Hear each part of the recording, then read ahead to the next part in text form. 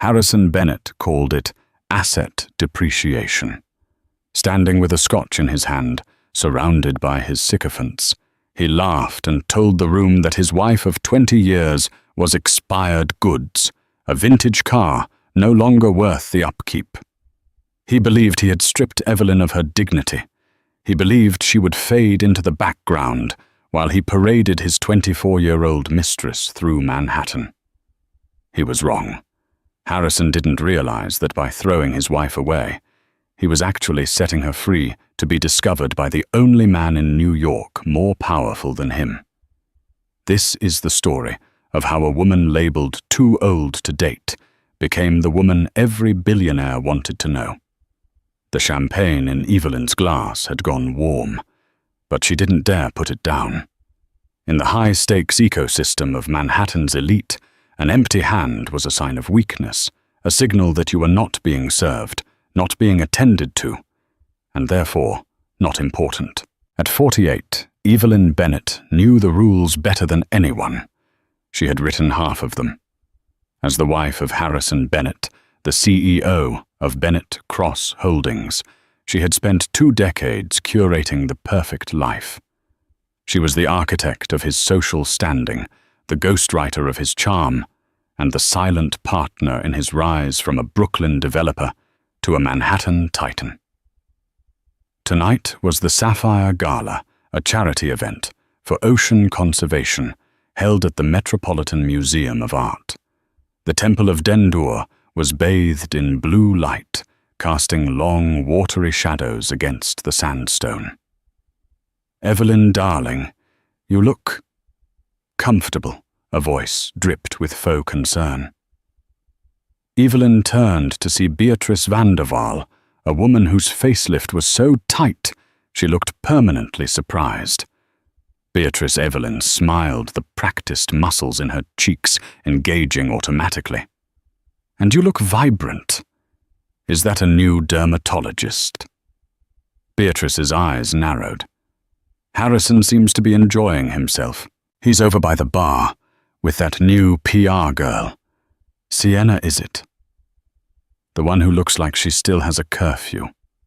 Evelyn felt the familiar twist in her gut, a cold, tightening knot that had become her constant companion over the last year. She glanced toward the bar. Harrison, 52 and fighting it with testosterone injections and custom Italian suits, was leaning in close to Sienna. Sienna was 24, blonde, and laughing with her mouth too wide open, her hand resting casually on Harrison's bicep. "She's his executive assistant, Beatrice," Evelyn said smoothly, taking a sip of the warm champagne. "He's mentoring her." "Of course," Beatrice smirked. "Mentoring?" Evelyn excused herself, needing to breathe. She navigated the sea of tuxedos and gowns, her own navy silk dress swishing softly around her ankles. She felt invisible. It was a strange sensation. 10 years ago, she would have been the center of this room. Now gaze slid over her, like water over a stone. She was Harrison's wife, a fixture furniture. She headed toward the terrace doors, seeking the cool October air. But as she passed a cluster of high-backed velvet chairs near the Egyptian exhibit, she heard his voice, Harrison's voice. It was booming, confident, fueled by 3 scotches and the adoration of his sycophants. "Honestly, it's just basic economics, gentlemen," Harrison was saying. Evelyn froze behind a pillar. She shouldn't listen. Nothing good ever came from listening. Asset depreciation.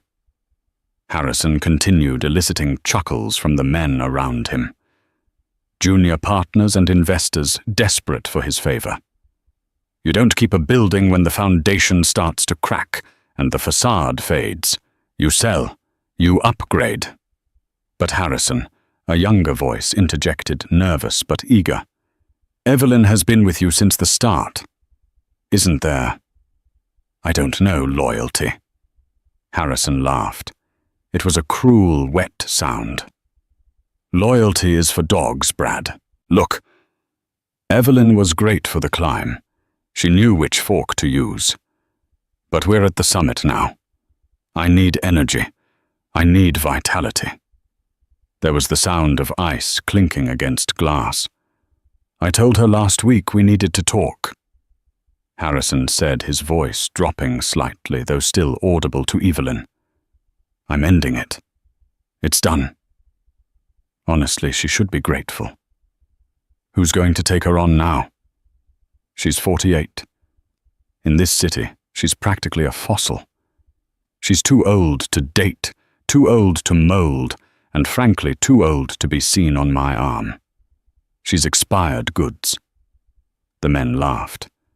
It was a locker room laugh echoing off the ancient temple walls. Too old to date someone repeated. That's harsh, Harry. It's mercy. Harrison scoffed. I'm setting her free to go knit or whatever it is women that age do. Meanwhile, Sienna and I are looking at properties in St. Bart's next week. Evelyn didn't gasp. She didn't drop her glass. The training of 20 years held her body rigid, but inside the structure collapsed. The humiliation wasn't just in the words, it was in the audience. He wasn't saying this in private therapy. He was broadcasting it to the wolves of Wall Street. By tomorrow morning, everyone would know. Expired goods. She looked at her reflection in the darkened glass of a display case. She saw the fine lines around her eyes, the softness of her jaw. She saw a woman who had raised 2 children, managed 3 households, and organized galas that raised millions. And Harrison saw a cracked building. She didn't go to the terrace. She turned around, walked past the coat check, and exited the museum into the flashing lights of the waiting paparazzi. Usually she would smile, tilt her chin, and pose. Tonight she walked straight to her town car, her face a mask of stone. Mrs. Bennet. Mrs. Bennet. Where's Harrison? A photographer shouted. Evelyn stopped. She looked directly into the lens of the camera. The flash blinded her for a second. Harrison is inside, she said, her voice surprisingly steady. He's discussing the depreciation of vintage assets. You should go ask him about it. She slid into the car, the door thudding shut, sealing her in silence. Home, ma'am, the driver asked. Evelyn looked out the window at the passing city lights. The penthouse on Fifth Avenue wasn't home anymore. It was Harrison's showroom. No, she said. Take me to the Pierre Hotel. And Arthur Block. Harrison's number on my phone, please. The divorce was not a separation. It was a demolition. Harrison didn't just want to leave Evelyn. He wanted to erase her. He hired tentative sharks lawyers who specialized in scorched earth tactics. He froze the joint accounts within 24 hours of the gala. He had security bar her from the penthouse, citing erratic behavior based on her abruptly checking into a hotel. It was 3 weeks after the gala. Evelyn sat in the sterile conference room of her own lawyer, a man named George Stinson, who looked like a weary beagle. It's not good, Evelyn. George sighed, pushing a stack of documents across the mahogany table. The prenup you signed 20 years ago. It's ironclad. It was written before the business took off. You get a payout, yes, but it's a fraction of the estate's value. And he's fighting for the real estate portfolio. He can have the penthouse, Evelyn said, staring at a water stain on the ceiling. He can have the Hamptons estate. He can have the cars. He wants the Aspen Lodge too, George said gently. And he's contesting your request for alimony based on the fact that you have a degree in art history and are capable of work. Evelyn let out a dry laugh. I haven't worked in 22 years, George. My work was being Mrs. Harrison Bennett. I know. But Harrison is playing dirty. He's leaking stories to the Post. They're painting you as a gold digger who let herself go. Evelyn picked up the tabloid lying on the table. The headline read, "Bennett break up old wife, new life." The photo was unflattering, caught mid-sneeze years ago. Beside it was a photo of Sienna in a bikini, looking golden and victorious. "He told everyone I was too old to date," Evelyn whispered. "Now he's making sure I'm too poor to live." "You won't be poor, Evelyn. You'll have a few million. But in your world, in my world, that's cab fare," she finished. She stood up, walking to the window. Below, the ants of New York scurried about. "I don't care about the money, George. I care about the disrespect. He's trying to strip me of my dignity. There is one asset he's willing to sign over immediately," George said, flipping a page. "To speed things up." "What, the farmhouse in Hudson Valley? The one you bought 5 years ago to restore. He calls it the money pit. He says you can have it free and clear if you sign the papers by Friday." Evelyn's heart skipped a beat. The Hudson property. It was an 18th century stone farmhouse on 60 acres of neglected vineyards.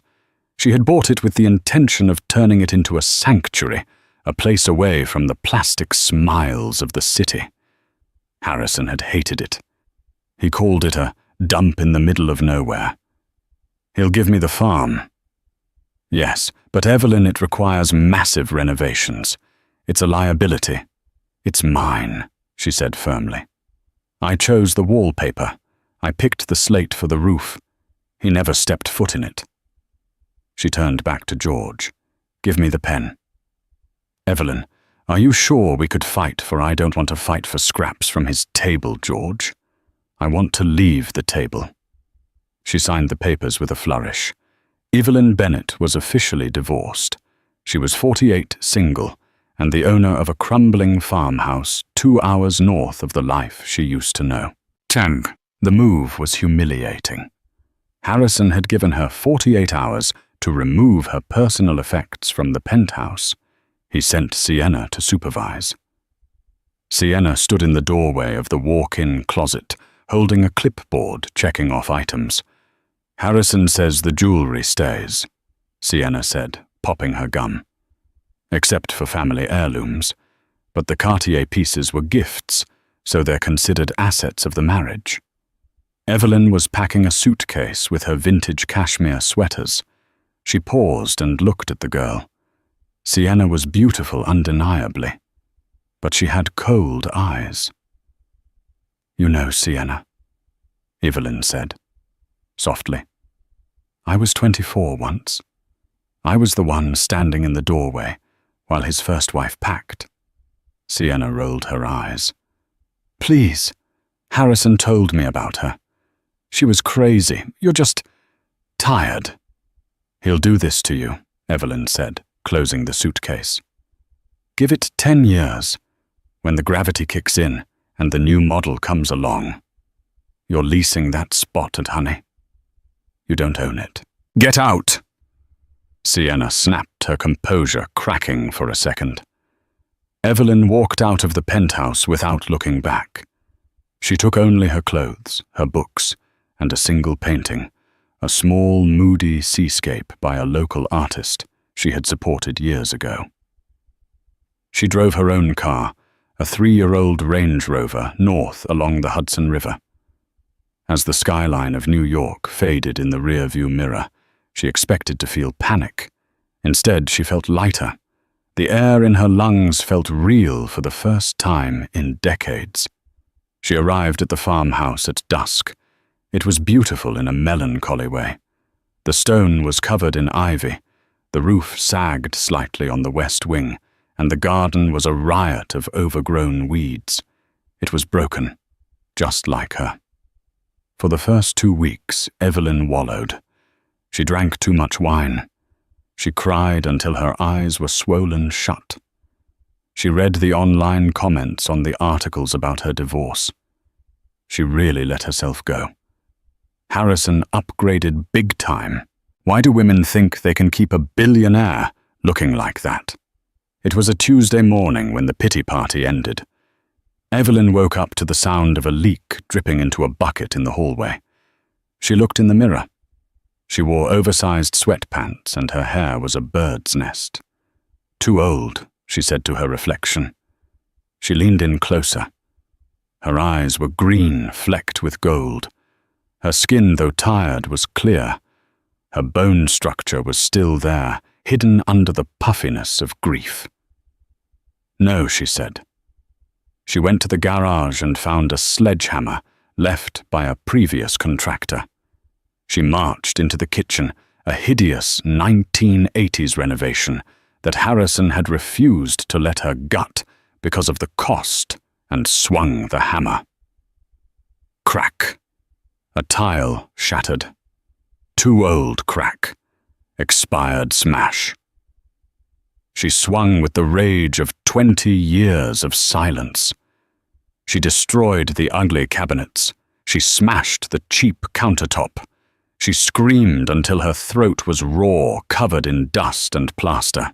When she was done, she sat amidst the rubble, panting, sweating, and alive. She needed a contractor. She needed materials. And she needed coffee. She drove into the small town of Rhinebeck, covered in drywall dust, wearing her work boots and tight jeans. She walked into the local hardware store, Miller's Supply. She was looking at copper piping when she felt someone watching her. "You look like you fought a wall and won," a deep voice said. Evelyn turned. Standing there was a man. He was tall, wearing a flannel shirt with the sleeves rolled up, revealing forearms that had clearly done a day's labor. He had salt and pepper hair, a scruffy beard, and piercing blue eyes behind wire-rimmed glasses. He looked to be about 50. "The wall didn't stand a chance," Evelyn said, wiping a smudge of dust from her cheek. "I'm Evelyn." "I know," the man said. "The whole town knows. The city lady who bought the old stone farm." He extended a hand. "I'm Jack. I handle the lumber yard out back." His hand was rough, warm, and calloused. "Well, Jack," Evelyn said, surprising herself with a small smile. "I need a lot of lumber, and I need someone who doesn't mind taking orders from an expired woman." Jack laughed. It was a rich, genuine sound, the opposite of Harrison's polished chuckle.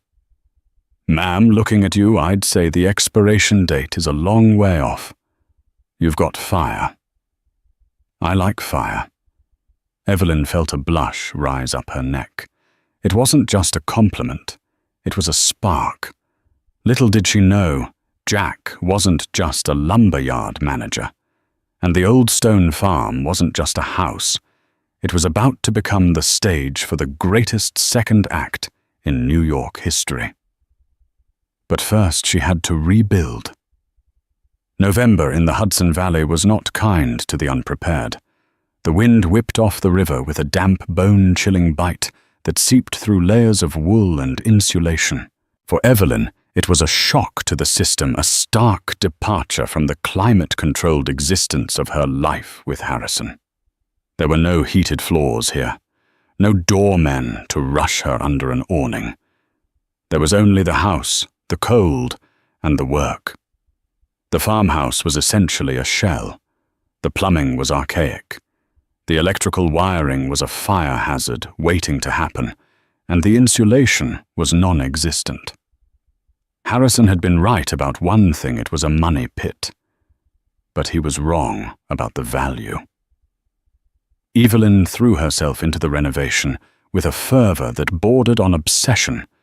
She wasn't just fixing a house. She was exorcising a ghost. Every swing of the crowbar against rot-infested drywall felt like a strike against the 20 years of silence she had endured. Jack was there almost every day. Initially, he came to deliver lumber. Then he came to help install the subflooring, because, as he put it, "You're going to throw your back out, lifting that plywood. And I don't want to be the one who finds you frozen to the floorboards." Their dynamic was quiet, built on the rhythm of labor. Jack didn't ask about Harrison. He didn't ask why a woman in $400 boots, now ruined, was scraping lead paint off a banister at 7 a.m. He just handed her sandpaper and poured coffee from a battered thermos.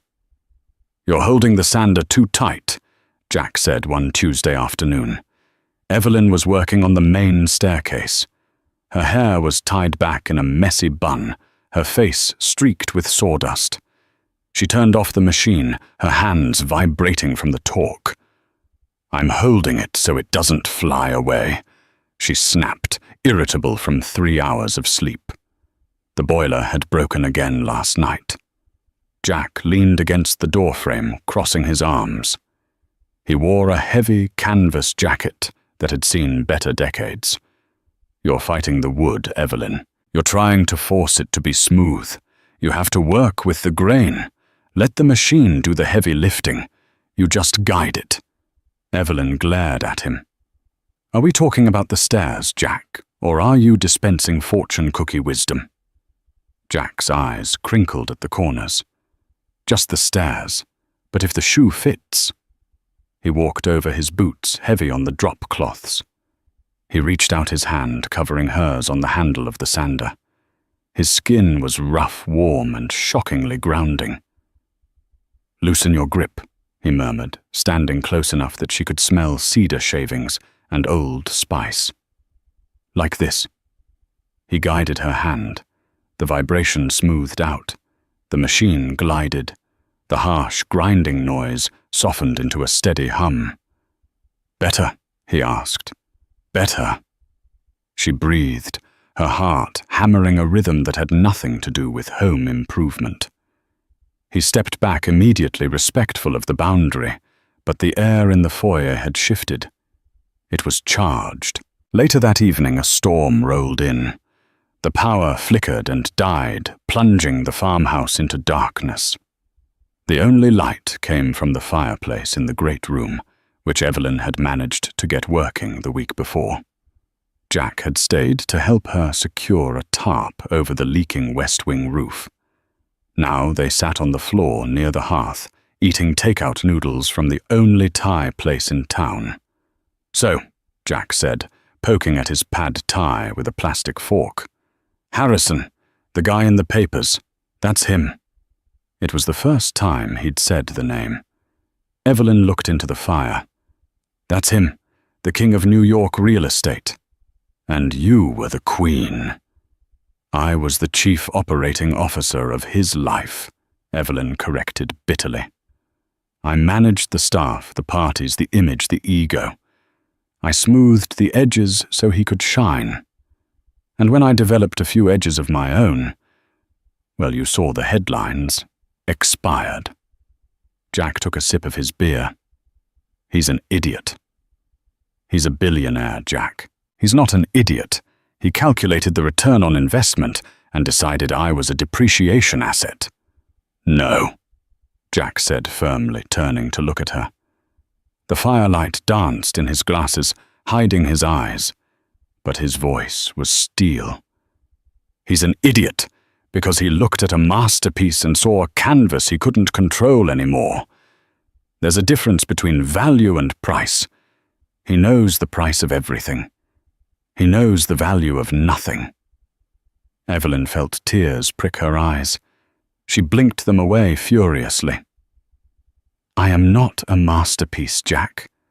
I'm a 48-year-old divorcee sitting on a floor in a drafty house eating noodles with a lumberman." "I'm not just a lumberman," Jack said softly. "Oh, what else are you, a poet?" "I'm a man who knows quality when he sees it," he said. He stood up and walked over to the corner of the room where a grand piano stood. It was the only piece of furniture that had come with the house, a 1920s Steinway wildly out of tune and covered in a dust sheet. Jack pulled the sheet off. Dust motes danced in the firelight. "Do you play?" he asked. I used to, at the conservatory, before I met Harrison." "Play," Jack commanded gently. "It's out of tune. So is the house. So are we. Play anyway." Evelyn walked over. She sat on the bench, her fingers hovered over the keys. She hadn't played in years. Harrison hated her playing. He said it was too loud, too distracting, or depressing. He preferred the player piano that churned out soulless top 40 hits during parties. She pressed a key. It was flat sour. But she pressed another. She began to play Clair de Lune. It wasn't perfect. The piano fought her. But as she played, the music filled the empty, hollow spaces of the room. It filled the empty, hollow spaces of her chest. She poured the anger, the humiliation, the fear into the keys. When she finished, she let her hands rest on the wood, trembling. She heard a slow clap. Jack was standing by the fire, watching her with an expression she couldn't quite read. It was a mix of awe and profound sadness. "You were hiding that," Jack said. "For 20 years. I was busy," Evelyn whispered. "Don't ever be that busy again." He walked her to the door later that night when the rain stopped. On the porch, the air was crisp and smelled of wet earth. "See you tomorrow, Evelyn." "See you tomorrow, Jack." She watched his truck taillights fade into the darkness. She didn't feel old. She didn't feel expired. She felt like a dormant volcano just beginning to rumble. Manhattan was gearing up for Christmas, and the city was a kaleidoscope of red, green, and gold. But inside the penthouse at the Bennett Tower, the atmosphere was grey. Harrison Bennett stood by the floor-to-ceiling window, looking down at Central Park. He held a tumbler of scotch, his third of the evening. It was only 6:00 p.m. "Harrison, babe, look at this." Sienna's voice grated on his nerves. She was sprawled on the custom Italian leather sofa, the white one Evelyn had forbidden anyone from sitting on, with blue jeans. Sienna was wearing blue jeans. "What is it?" Harrison snapped, not turning around. "The caterer for the Christmas gala called. They're asking about the dietary restrictions for the board members. They said Evelyn usually sent a spreadsheet. I don't know what they're talking about. Can't they just serve steak?" Harrison pinched the bridge of his nose. "Senator Davidson is a vegan, Sienna. The Japanese delegation does not eat red meat. And half the board is on statins and can't have heavy cream sauces. If you serve steak, you offend the senator, lose the Japanese contract, and kill my CFO." Sienna huffed, tossing her phone onto the cushion. "God, why is this so hard? It's just a party. Evelyn made it look so easy." "Evelyn," Harrison muttered, "worked 18 hours a day during gala season." "Well, I'm not Evelyn," Sienna retorted. "I have a life. I have Pilates. And you promised we'd go to Aspen." "We can't go to Aspen until the merger is signed," Harrison roared, spinning around. The sudden movement made the room spin slightly. Sienna recoiled, her lower lip trembling. "You don't have to yell. You've been so mean lately. You're not the fun guy I met at the club." "I am the CEO of a multi-billion-dollar conglomerate, Sienna. I am not a fun guy. I need support. I need competence." "Then hire an assistant," she screamed back. "I did hire an assistant," Harrison shouted. "I was sleeping with her, and now she's useless." The silence that followed was deafening. Sienna stared at him, her eyes wide. Harrison realized what he had said. He didn't care. "Get out," he said calmly. "Go to the hotel." "Harrison, go." When she was gone, the penthouse felt massive and cold. It was a museum of his success, but it felt like a mausoleum. He walked to the desk in the study. Piles of paperwork sat untouched. Evelyn used to organize his personal correspondence. Evelyn remembered his mother's birthday. Evelyn knew which wine the governor preferred. Evelyn was the lubricant in the engine of his life, and without her, the gears were grinding to a halt. He sat down and opened his laptop. He told himself he was checking the news. He wasn't. He was Googling her. Evelyn Bennett. There were no new photos, no paparazzi shots of her stumbling out of bars, no desperate interviews. She had vanished. "Where are you?" he whispered. He pulled up the file on the transfer of the Hudson Valley property. He looked at the address. Old Stone Farm, Route 9, Rhinebeck. He needed her signature on a tax document. It was a lie his lawyers could handle it. But he needed to see her. He needed to see her miserable. He needed to see her failing. He needed to confirm that he had won. Meanwhile, in Rhinebeck, Evelyn was uncovering a mystery. She was at the local library, looking for historical records of her farmhouse to ensure the restoration was period accurate. The librarian, a chatty woman named Martha, was helping her navigate the microfiche. "You're doing a great job with that place," Martha whispered. "Jack must be a big help. He's a good man. Keeps to himself mostly." "He's been wonderful," Evelyn said. "He knows so much about construction. He said he manages the lumber yard." Martha paused, frowning. "Lumberyard Jack doesn't manage the lumber yard. He owns the lumber yard, and the hardware store, and the organic farm down the road." Evelyn paused. "He owns them. Honey Jack bought half the town 3 years ago, when the factory closed down. Saved us from bankruptcy. He's the quietest philanthropist I've ever seen. Came here from California, I think. Looking for peace." Evelyn felt a strange prickle on the back of her neck. California. She went back to the farmhouse that afternoon, her mind racing. Jack had lied, or at least omitted the truth. He wasn't just a laborer. She walked into the kitchen. Jack was there, installing the new copper faucet she had ordered. He was under the sink, his long legs sticking out. "Jack." "Yeah." His voice echoed from the cabinet. "I went to the library today." Jack slid out from under the sink, wiping grease on a rag. He sat up, pushing his glasses up his nose. He saw the look on her face. And Martha tells me you own the lumber yard, and the hardware store, and half of Rhinebeck." Jack sighed, resting his forearms on his knees. "Martha talks too much." "Why did you let me treat you like an employee? I ordered you around. I tipped you." Jack chuckled softly. "You tipped me $20. I framed it. It's on my fridge." "Jack, who are you?" Evelyn asked, her voice trembling. "Don't give me the just Jack line." Jack stood up. He walked over to the window, looking out at the vineyards that were covered in a light dusting of snow.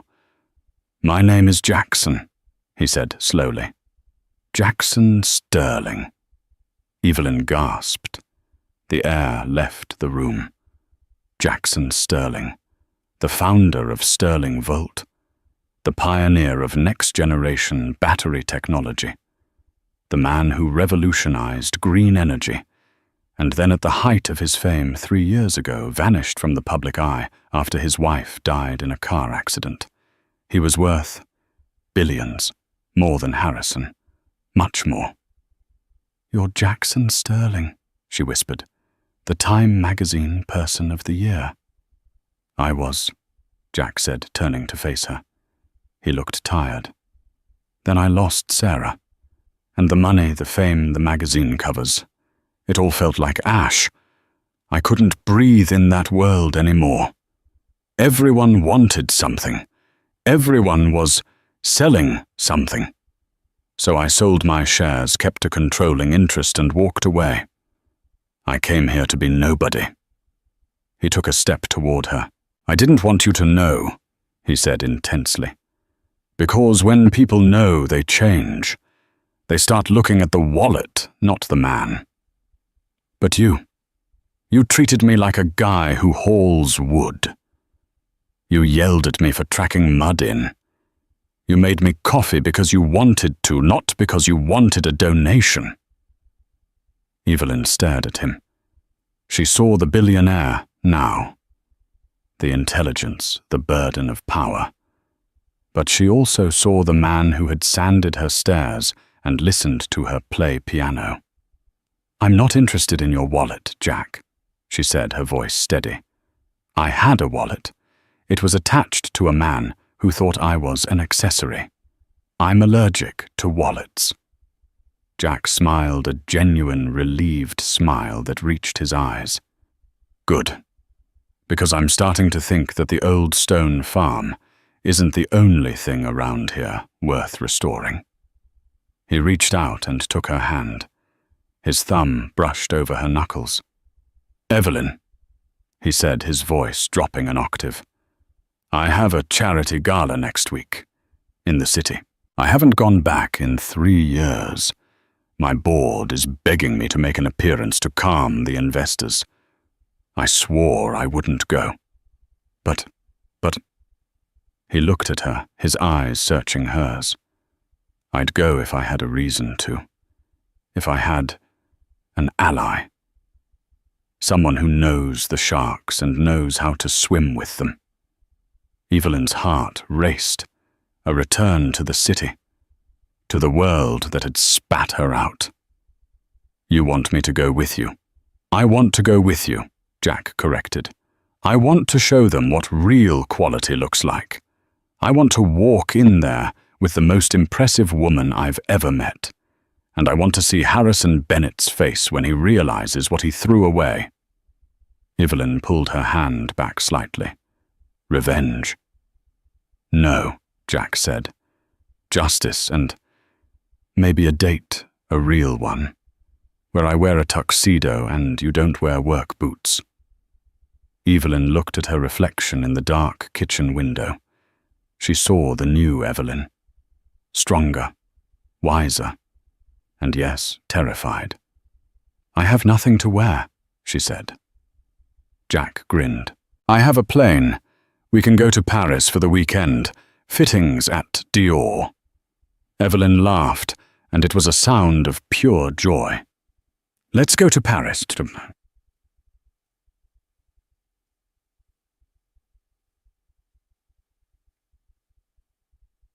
The following Tuesday, a black helicopter landed on the north field of the farm.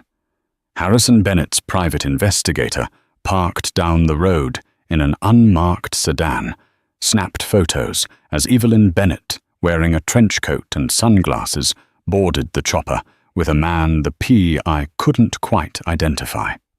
The PI dialed Harrison's number. Mr. Bennett, she's on the move. Where is she going? Harrison barked into the phone. She just got on a helicopter. Tail number belongs to Sterling Industries. There was a silence on the line. Sterling. Harrison's voice cracked. Jackson. Sterling. That's impossible. He's a ghost. Well, the ghost just flew your ex-wife toward JFK International. Harrison hung up the phone. His hand shook. He walked to the window of his office. He looked at the skyline. He suddenly felt very, very small. What are you doing, Evelyn? He whispered. He didn't know it yet, but she was about to burn his world down. Not with fire, but with a spotlight. Paris in December was a city of steel-grey skies and golden lights, a place where the air tasted of roasted chestnuts and possibility. For Evelyn, it was a waking dream. She had expected a shopping spree. She had expected Jackson Sterling, the billionaire, to drag her into Chanel and point at mannequins treating her like a paper doll to be dressed. That was what Harrison would have done. Harrison treated shopping as an acquisition of assets. Buy the most expensive thing, so people know I can afford it. Jack was different. They were in a private atelier on Rue Saint-Honoré, a dusty, quiet room that smelled of beeswax and silk. There were no logos, no neon signs, just an elderly woman with pins in her mouth and a measuring tape around her neck. Madame Dubois doesn't make clothes, Jack had whispered to Evelyn as they walked up the narrow stairs. She makes armor. Evelyn stood on the podium watching her reflection in the trifold mirror. She was wearing a prototype of the gown, a structure of muslin and pins. It is aggressive, Evelyn murmured, touching the plunging neckline.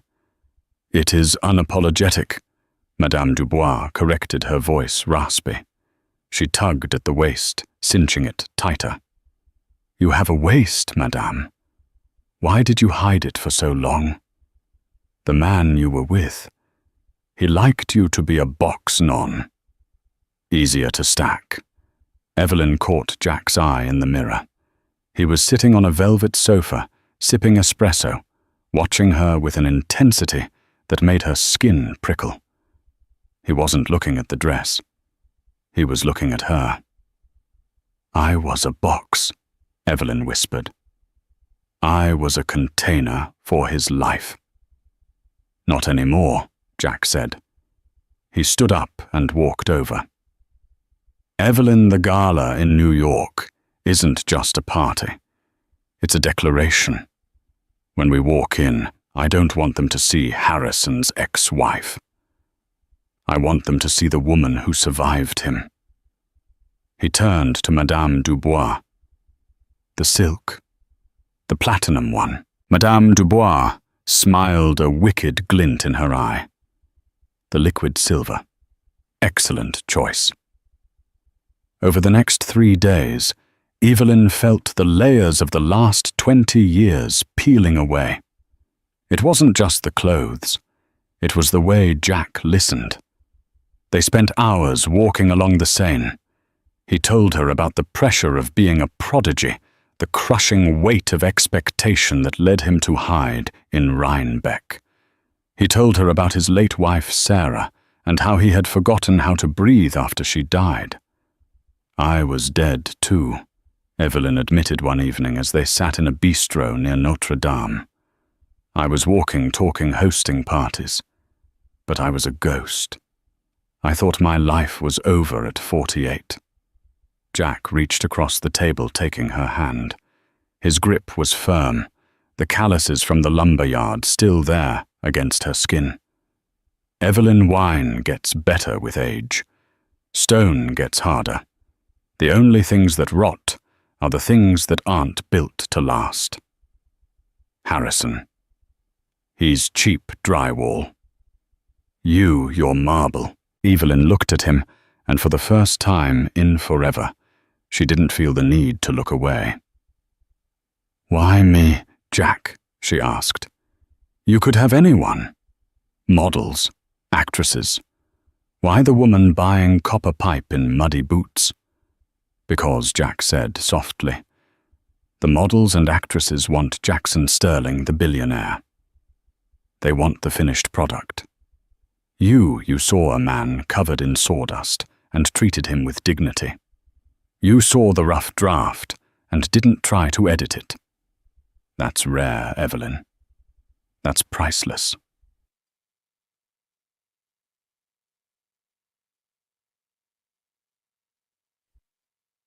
Back in New York, Harrison Bennett was unraveling. The rumor mill was churning. Page 6 had run a blind item. Which newly single real estate mogul is sweating because his discarded wife was spotted boarding a private chopper belonging to the ghost of Silicon Valley. Harrison threw the newspaper across his office.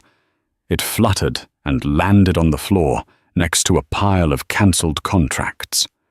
"It's a coincidence," he muttered to himself. "She's probably consulting for his charity. She's good at charity. That's all it is." But the doubt was a maggot eating away at his confidence. His business was suffering.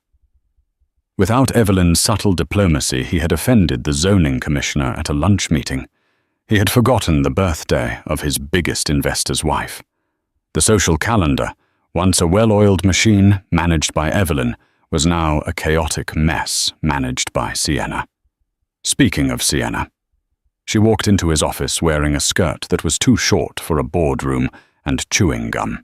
"Babe, the tickets for the Winter Solstice Gala came," she said, tossing a gold envelope onto his desk.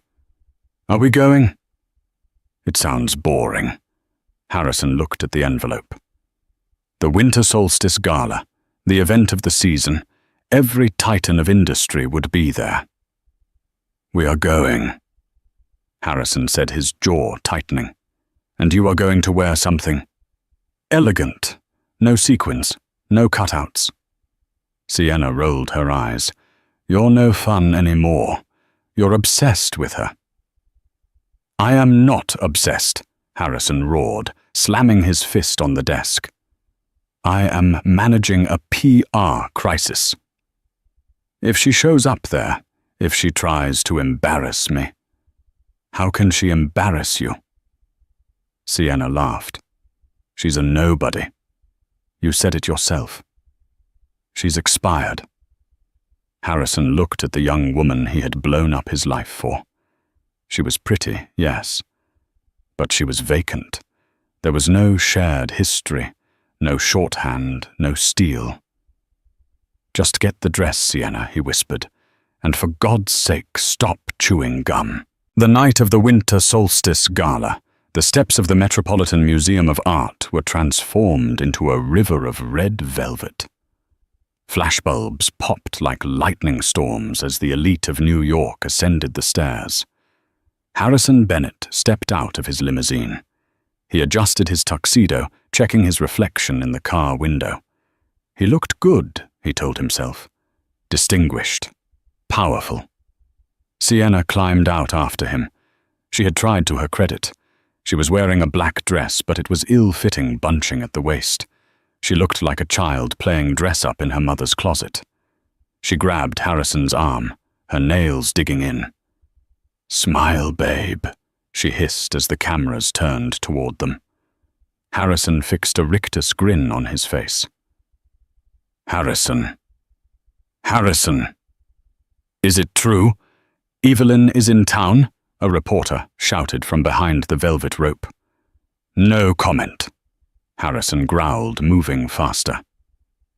"Harrison. Are the rumors true about the merger falling through?" No comment. He hustled Sienna up the stairs and into the great hall. The noise of the gala washed over them, the hum of expensive conversation, the clinking of crystal, the string quartet playing softly in the corner. He scanned the room. He saw the Rockefellers, the Vanderbilts, the new tech money from California. He felt a wave of relief. Evelyn wasn't here. Of course she wasn't. She was probably back in that hovel in the Hudson Valley knitting. "See," he muttered to Sienna, grabbing a glass of champagne. She didn't dare show her face. "Can we go sit down?" Sienna whined. "My heels hurt."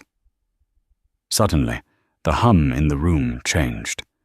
It wasn't a silence. It was a shift in frequency. The conversation stopped near the entrance and rippled outward like a wave moving across a pond. Heads turned. Glasses were lowered. The string quartet actually faltered for a beat. Harrison turned toward the massive bronze doors. Standing at the top of the grand staircase framed by the archway was a couple. The man was tall, wearing a tuxedo cut so sharply it looked like it could draw blood. He wore no tie, just an open collar that spoke of a confidence so absolute he didn't need to follow the rules. It was Jackson Sterling, the myth, the ghost. But no one was looking at Jackson Sterling. They were looking at the woman on his arm, Evelyn.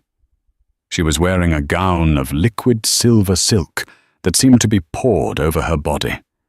It clung to her curves, cascading down to the floor in a pool of moonlight. Her shoulders were bare, her skin glowing with a radiance that defied age. Her hair, usually pulled back in a severe bun, was loose, falling in soft, confident waves around her face. She wore no necklace. She didn't need one. Her eyes were brighter than any diamond in the room. She didn't look 48. She didn't look 24. She looked timeless. She looked like a queen returning from exile to reclaim her throne. "Oh my God," Sienna whispered. Is that her?" Harrison felt the blood drain from his face. His knees locked. The glass of champagne in his hand shook, spilling a drop onto his cuff. Evelyn and Jackson began to descend the stairs. They didn't look down. They looked straight ahead, moving with a synchronized grace that made them look like a single entity. The room parted for them. It wasn't intentional. It was instinctual. People stepped back to give them space, drawn in by the gravitational pull of their presence. As they reached the floor, the murmurs began. "Is that Jackson Sterling? Look at her. Look at Evelyn. I thought Harrison said she was a mess. She's magnificent." Harrison couldn't move. He was frozen watching his expired goods captivate the most cynical room in the world. He felt a surge of irrational anger. She was his wife. She was supposed to be broken. She was supposed to be ugly. Without thinking, Harrison shoved his empty glass into Sienna's hand. "Stay here," he snapped. "Harrison, don't." Sienna warned, but he was already moving. He pushed through the crowd, his face flushed. He needed to reassert dominance. He needed to remind everyone that he was the one who had made her. He intercepted them near the Temple of Denda. Evelyn Harrison said his voice loud, trying to project authority. The couple stopped. Jackson Sterling looked at Harrison with a mild, bored curiosity, as if he were looking at a mildly interesting bug. Evelyn turned her gaze slowly to her ex-husband. There was no fear in her eyes, no longing, no anger, just indifference. "Harrison," she said. Her voice was cool, clear water. You look..." Harrison stumbled. He wanted to say expensive. He wanted to say mine. "You look surprised to see me." "Not really," Evelyn said calmly. "You're usually where the open bar is." A ripple of laughter went through the small crowd that had gathered around them. Harrison's face turned purple. "I see you found yourself a sponsor." Harrison sneered, looking at Jackson. "Careful, Sterling. She's high maintenance. The upkeep on a model of that vintage is steep." The room went deadly silent. It was a crude, brutal insult, the kind Harrison used in boardrooms to bully subordinates. Jackson Sterling didn't blink. He slowly unbuttoned his tuxedo jacket and placed a hand in his pocket. He smiled, but it didn't reach his eyes. His eyes were arctic. "Mr. Bennett." Jack said his voice low, but carrying effortlessly in the silence. "I think you're confused about the nature of value." Jack stepped closer, towering over Harrison. "You see," Jack continued, "you look at a woman like Evelyn, and you see an asset to be depreciated. You see age as a defect. That is why you are a real estate developer, and I am who I am." Jack turned to Evelyn, his expression softening into genuine adoration. "I don't maintain, Evelyn," Jack said, looking back at Harrison. "I am simply the lucky man who gets to stand next to her while she shines. And frankly, Harrison, you never deserved the light." Harrison opened his mouth to retort, but he had nothing. He looked around. The faces of his peers, the people he desperately wanted to impress, were looking at him with pity and disgust. He looked at Evelyn. She wasn't looking at him anymore. She was looking at Jack, a small, private smile playing on her lips. "Shall we, darling?" Evelyn said to Jack, completely dismissing Harrison. "I believe the chairman wants to say hello." "We shall," Jack said. They walked past him. Evelyn's silver dress brushed against Harrison's leg. It was cool to the touch. As they walked away, the flash of a camera blinded Harrison. Flash! A photographer from Vogue had captured the moment. Evelyn, head held high, looking like a goddess of victory. Jackson Sterling looking at her with worship. And in the blurred background, Harrison Bennett, red-faced, small, and utterly alone. It was the photo that would be on the cover of the magazine next week. Harrison stood there amidst the wreckage of his ego. Sienna appeared at his elbow. "That was embarrassing," she said loudly. "Can we go now? Everyone is staring at you." Harrison looked at the girl. Then he looked at the woman in silver moving through the crowd like a river. He realized then with a crushing weight that he hadn't just lost a wife. He had lost his luck. The following Tuesday, the world shifted. It didn't happen with a bang, but with the quiet thud of glossy paper hitting newsstands across the globe. Harrison Bennett sat in his office, the silence deafening. His phone hadn't rung all morning. No investors, no zoning commissioners, just silence. His secretary, a temp because Sienna had quit 3 days ago via text message, walked in nervously. She placed a copy of Vogue on his desk and backed away slowly as if it were a bomb. Harrison looked down. There she was, Evelyn. The photo from the gala was the centerpiece, but it was the headline that stopped his heart. The Renaissance of Evelyn Bennett.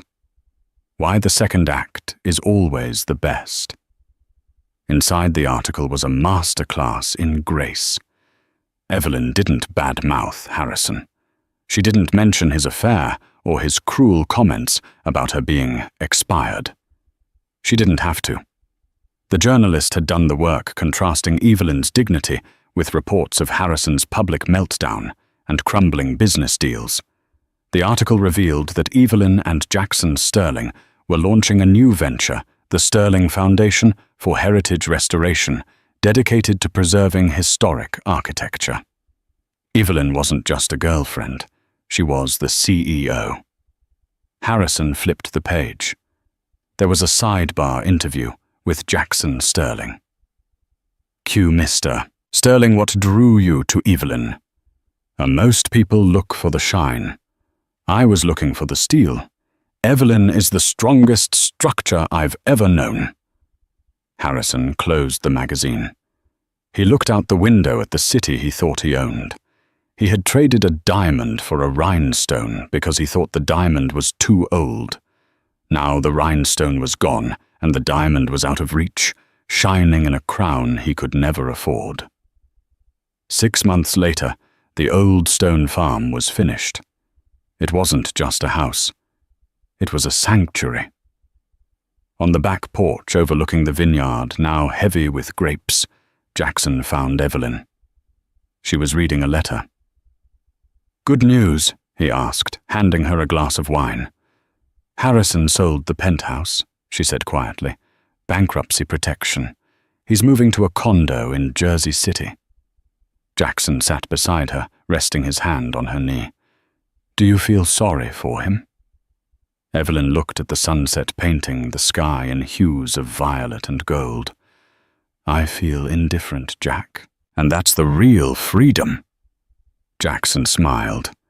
He reached into his pocket and pulled out a small velvet box. There was no paparazzi here, no gala. Just the two of them and the smell of the earth.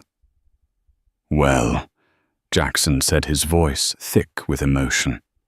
I have a proposal for the CEO. A merger, if you will. Lifetime contract. No exit clause. Evelyn opened the box. It was a vintage emerald, deep and green and full of history. A stone that had seen things, survived things, and was more beautiful for it. It's not new, Jack whispered. No. Evelyn smiled, tears filling her eyes. It's timeless. Harrison Bennett spent 20 years believing that value was something you bought, something that depreciated the moment you took it off the shelf. He looked at his wife and saw an expiration date. He didn't realize that some things like fine wine, historic architecture, and a woman's spirit only gain value with time. By the time he understood that he had thrown away a masterpiece, it was hanging in someone else's gallery. Evelyn didn't just survive her expiration. She redefined it. She proved that you are never too old to start over, never too broken to build, and never ever too late to find a love that sees the steel beneath the velvet. What do you think was Harrison's punishment fitting for his crime? And have you ever felt undervalued by someone who didn't see your true worth? Let me know your story in the comments below. I read every single one. If you enjoyed Evelyn's journey from expired to extraordinary, please hit that like button. It helps the channel so much. And don't forget to subscribe and ring the bell so you never miss a story of justice, romance, and redemption. Until next time, remember, know your worth and never let anyone tell you you're expired.